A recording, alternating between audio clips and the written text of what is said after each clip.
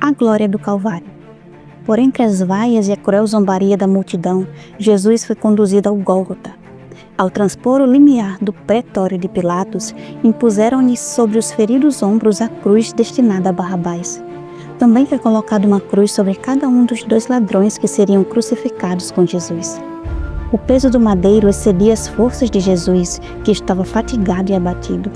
Após andar um pouco, caiu desmaiado sob o peso da cruz. Apenas recobrou os sentidos, a cruz foi outra vez posta sobre seus ombros. Vacilante, Jesus adiantou-se alguns passos e novamente lhe faltaram as forças, tornando a cair. Vendo, pois, seus algozes que lhe era impossível levar a cruz, ficaram perplexos por não saber sobre quem impor o humilhante fardo. Foi então que lhes veio ao encontro Simão de Cirene. A este finalmente obrigaram a levar a cruz até o Calvário. Os filhos de Simão eram discípulos de Jesus, mas ele mesmo nunca o havia confessado abertamente. Mais tarde, Simão sentiu-se grato pelo privilégio que lhe coubera de levar a cruz do Salvador, a qual se tornou o meio de sua conversão.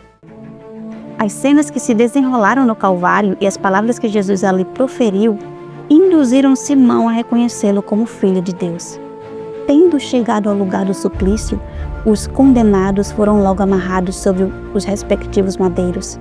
Os 2 criminosos revolveram-se sob as mãos daqueles que o queriam prender à cruz. O Salvador, porém, não lhes opôs nenhuma resistência.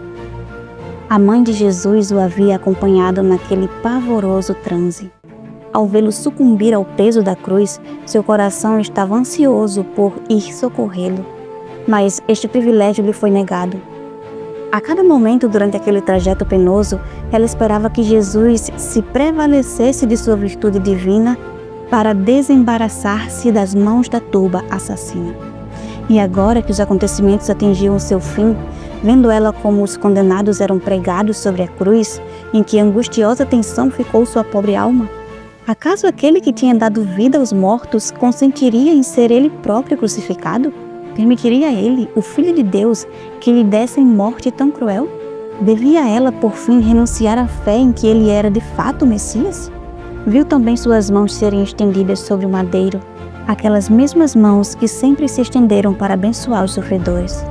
Logo foram trazidos cravos e martelos, e quando aqueles começaram a penetrar suas mãos delicadas, os discípulos compungidos tiveram que conduzir para longe da cruel cena o corpo desmaiado da mãe de Jesus. O Salvador não soltou um gemido sequer. De seu rosto pálido e sereno transpiravam apenas gotas grossas de suor. Seus discípulos tinham fugido à vista de tão cruel espetáculo. Enquanto os soldados consumavam a cruel obra, os pensamentos de Jesus, desprezando os próprios sofrimentos, se concentravam na terrível recompensa que aguardava os seus perseguidores. Deplorando-os na sua ignorância, ele orou: Pai, perdoa-lhes, porque não sabem o que fazem. Deste modo, Jesus adquiriu o direito de se fazer intercessor dos homens perante o Pai. Essa oração de Jesus pelos seus inimigos abrangia o mundo inteiro. Ela incluía cada pecador que existiu e que havia de existir desde o princípio até a consumação do mundo. Toda vez que pecamos, crucificamos de novo a Jesus. Em nosso favor, ele ergue as mãos feridas diante do trono do Pai e diz: Perdoa-lhes, porque não sabem o que fazem. Estando Jesus pregado sobre a cruz, esta foi levantada por homens robustos e violentamente fincada no chão. Isso causou ao Filho de Deus sofrimentos indizíveis. Pilatos escreveu então um letreiro em latim, grego e hebraico, o qual afixou na cruz por cima da cabeça de Jesus, de modo que todos pudessem ler: Jesus Nazareno, o Rei dos Judeus. Entretanto, os judeus requereram a Pilatos a modificação do letreiro, dizendo: Não escrevas Rei dos Judeus, e sim que ele disse: Sou Rei dos Judeus. Mas Pilatos, descontente consigo mesmo por causa da sua fraqueza anterior e já enojado da importunação dos ímpios príncipes, respondeu: O que escrevi, escrevi. Os insensíveis soldados dividiram então entre si as vestes de Jesus. A propósito da túnica, porém, que era sem costura, originou-se uma contenda que foi resolvida ao concordarem os soldados em lançar sorte sobre a mesma. Este incidente tinha sido assim predito pelo Espírito de Deus. Cães me cercam, uma súcia de malfeitores me rodeia. Traspassaram-me as mãos e os pés. Posso contar todos os meus ossos.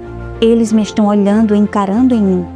Repartem entre si as minhas vestes e sobre a minha túnica deitam sortes. Salmos 22, 16 a 18. Terrível espetáculo se desdobrou então.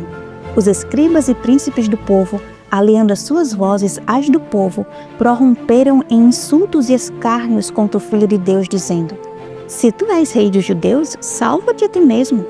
Salvou os outros e a si mesmo não pode salvar-se? É rei de Israel? Desça da cruz e creremos nele. Confiou em Deus? Pois venha livrá-lo agora, se de fato lhe quer bem, porque disse: sou filho de Deus. Os que iam passando blasfemavam dele, maneando a cabeça e dizendo: Ah, tu que destróis o santuário em 3 dias e o reedificas? Salva-te a ti mesmo descendo da cruz. Cristo poderia ter descido da cruz, mas se tivesse feito isso, jamais poderíamos ser salvos. Por nossa causa, ele estava disposto a morrer. Mas ele foi traspassado pelas nossas transgressões e moído pelas nossas iniquidades. O castigo que nos traz a paz estava sobre ele, e pelas suas pisaduras fomos sarados.